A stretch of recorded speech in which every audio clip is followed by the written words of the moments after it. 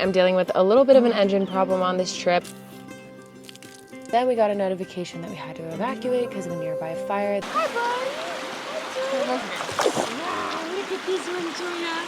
Wow, that's a big stick, buddy. That's a big stick. How are you gonna carry it? Stay.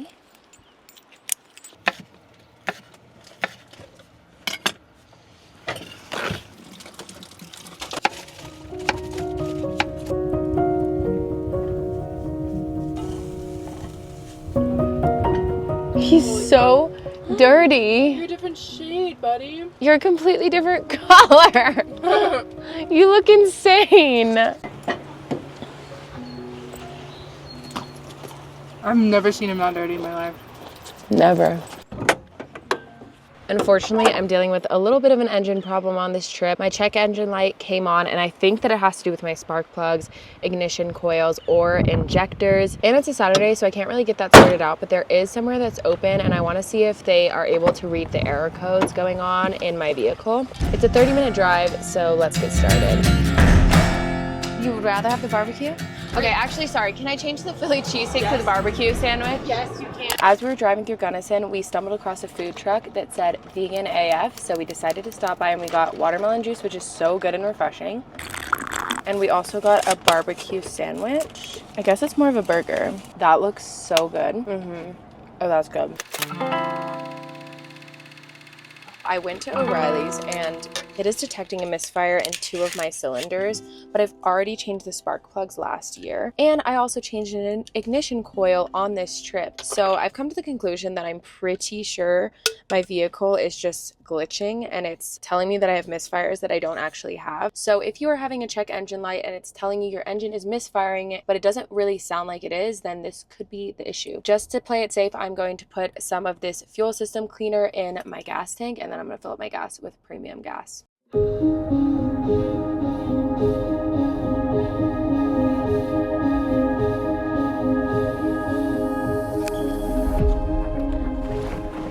We just made it to the most beautiful campsite. I think that this is definitely top 10 favorite campsites in America right off the bat. The aspen trees around here are so huge. The trunks are massive, and we have set up our hammocks here. So for the last couple of hours, we have just been hanging out in the hammock. We don't have service, so we haven't been on our phones. I feel like it's been such a long time since I've felt this level of peace and presence in such a beautiful place. And I think we're gonna stay here for a couple of days because we love it so much. Oh gosh.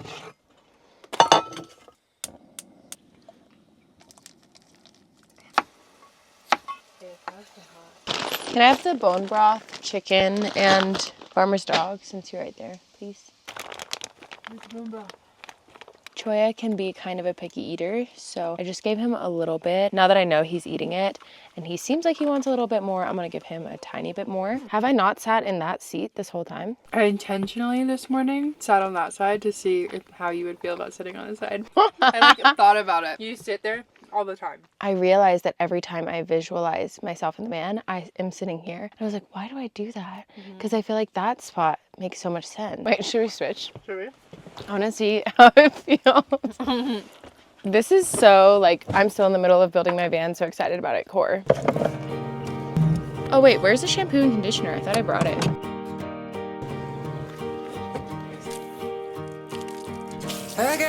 Ooh, that is nice. Every day. Things that go bump in the night, but you say Choya got so nervous. Choya, come up here. Go. Go. He just wants to be here. This one is pretty high. This tree is moving quite a bit, actually. I came back to the van after hanging out in the hammocks for a little bit, and Choya has been cracking me up because Tori's still at the hammocks and it's a little bit of a walk through the forest. And he is literally just running back and forth between both of us to make sure we're both okay.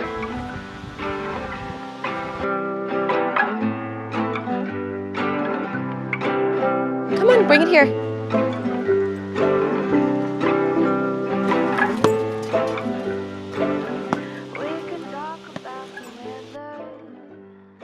You can't go on the bed, you rolled in poop. That was a decision you made. Get away.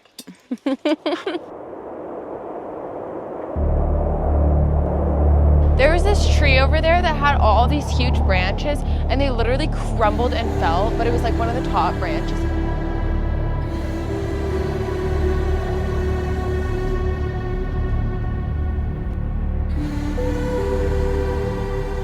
Tori got an Amber Alert on her phone. We were literally just about to go to bed. It's like 12 o'clock at night. We had the bed set up. It's still set up back there. And then Tori got an Amber Alert that we need to evacuate the area. We just made it to our campsite for the night. We went to this campsite that we have been to a few times in Crested Butte, but it has gotten so packed. Every single campsite is full. I'm so tired. If I continue driving, I'm genuinely gonna fall asleep. So we just parked at a trailhead. We might get the knock tonight. I don't think I'm supposed to be here. I feel like it's unsafe to continue driving and I have no clue where else to go at this point. So we're just gonna go to bed, hope we don't get the knock, and hope that if we do get the knock, the ranger is understanding.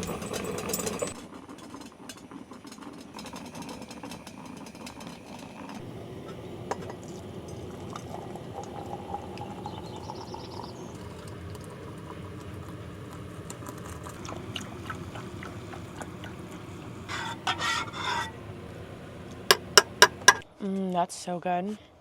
Everyone at this campsite has been saving their spot with like a tent or a table, and so it was completely filled up when we got here last night. We woke up at the trailhead. We didn't get the knock, which was so great. That would have just been one bad thing after another, which half expected that to happen because I feel like our day yesterday was just so chaotic. We had to pack everything up and leave and get here where there were no available campsites. But thankfully today I talked to some ladies here that looked like they were packing up, and I was asking if they were packing up and they said that they were. They're leaving their car here because they think they're going on a hike, but they were like, just come ahead and like go into the campsite and just forget my vehicle's even there, and then they're gonna leave when they come back from the hike. So we do have a campsite and it's so pretty. It's really packed, but I'm happy to finally be in a safe spot and not have to continue driving away from the wildfires. Although I do think in a couple days we probably should leave regardless because that fire is still not contained and this whole area is having fires pop up. We were outside watching sunset and this van pulled up and some guy came out and was like, do you mind if I squeeze into your campsite? We ended up letting him come and squeeze into this campsite, and then there was another van and they were like, can we also do that? So now we have 3 vans in this campsite, and we spent the whole evening talking with them and they were so sweet. You did so good tonight. Oh, it's so cool. You did so good tonight. We're proud of you. When the van is done, I'll be brushing my teeth in here. It'll be a little sink. I'm excited for Buena Vista. I think we should do some kayaking. I think let's stop in town, get water, go to the bookstore. The air quality has gotten so bad here. It's completely smoky. You can smell the smoke now. Both of our neighbors are leaving and we are going to leave and try to escape this smoke a little bit. It is just not enjoyable or healthy to be here anymore.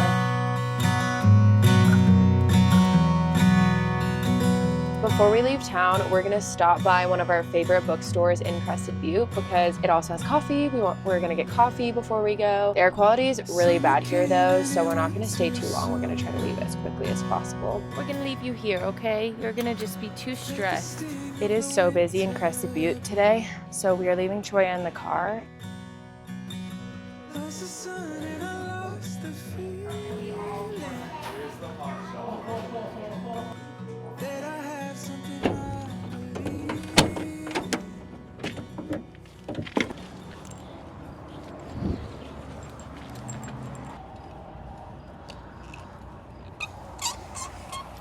Right before this trip, I got this potable drinking water hose, and it's actually like very thin and it inflates as the water goes through it, so it takes up very little space. I think it's a better system than in my last van. It's pretty long too. I think this is 25 feet and it just fits in this little bag. This is my first time using it, but I really like it so far. I'm gonna have it linked down below if any of you guys are interested. Another thing I did while I was in town is go to a mechanic and I got the codes cleared, so hopefully there's no more engine problems or check engine lights. I feel like we're gonna be good. I think that's the problem. They did say that there was another thing that could be a problem, and they really seemed to want to charge me more money and to do more on my vehicle because it really only took 5 minutes to clear the codes and do what was needed. They just kept saying like, are you sure you don't want to to take this off and take this off and do this. In this van, there are 2 ways to fill up the water. I have gravity fill and I also have pressure fill. Right now I'm using pressure fill, and I have a C-flow monitor and my Servo GX, so I can actually see what percentage of water the tank is at. Right now it says that we have 57%, which is great.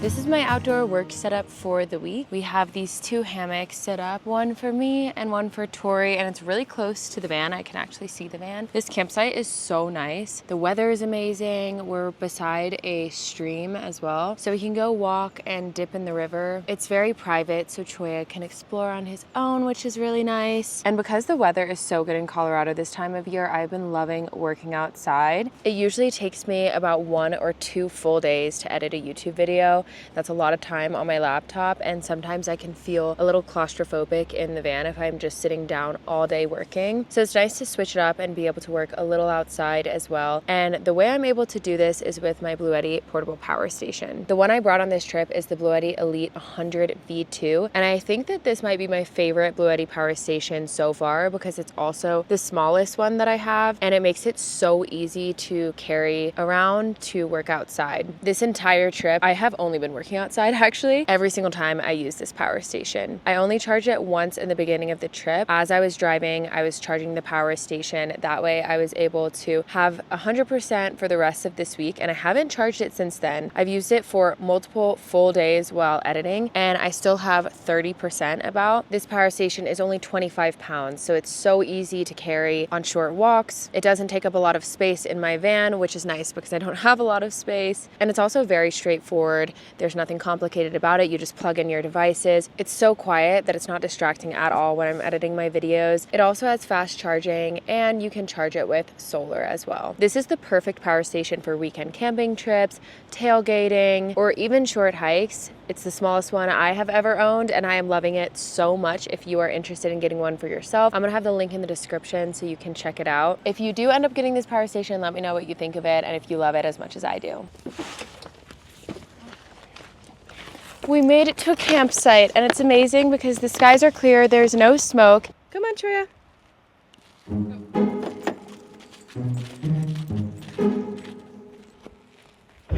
Oh my god, you are so funny. There is so much cactus at this campsite. Every single step, there's these tiny little cacti, and Choya has been stepping around the cacti and he keeps getting it in his paws.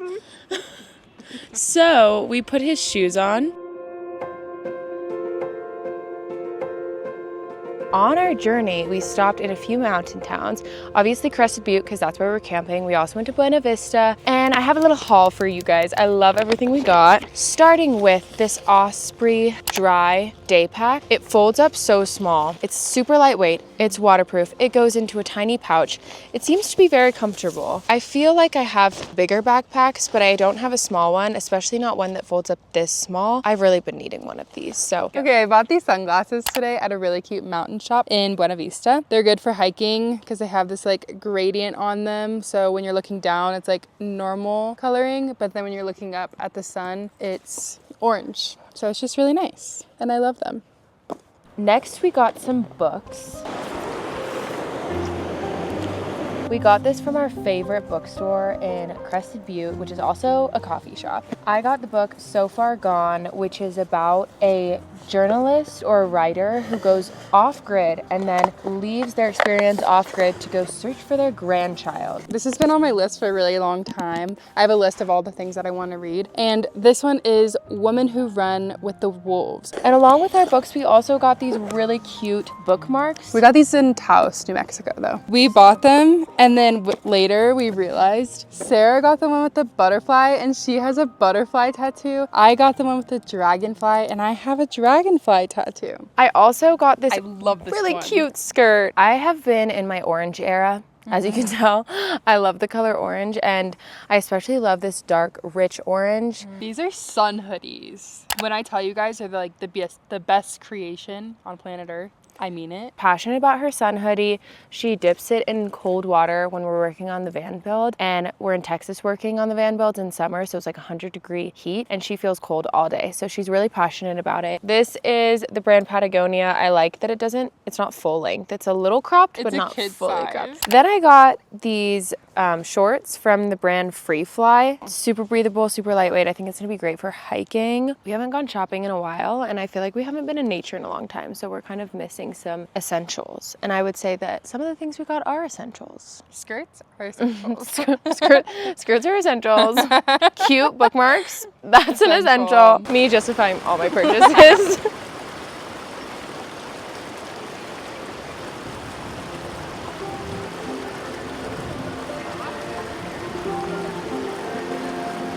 Now what if I remind you? What did I say that